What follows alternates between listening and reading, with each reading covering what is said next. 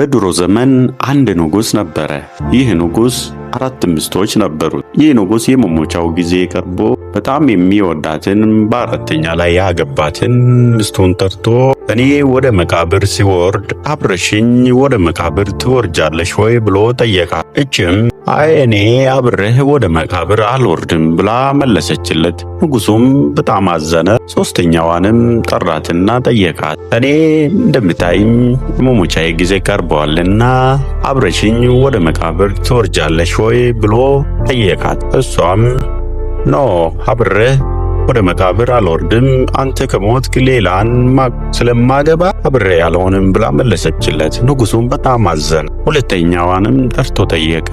ሁለተኛዋም ምላሿ አብሬህ ወደ መቃብር አልወርድም፣ እስከ ሽኝትህ ግን አብሬህ እሆናለሁ ብላ መለሰችለት። አንደኛው ንጉሱ በዚህ ሁሉ አዝኖ እያለ አንደኛዋን ገና ሳይጠይቃት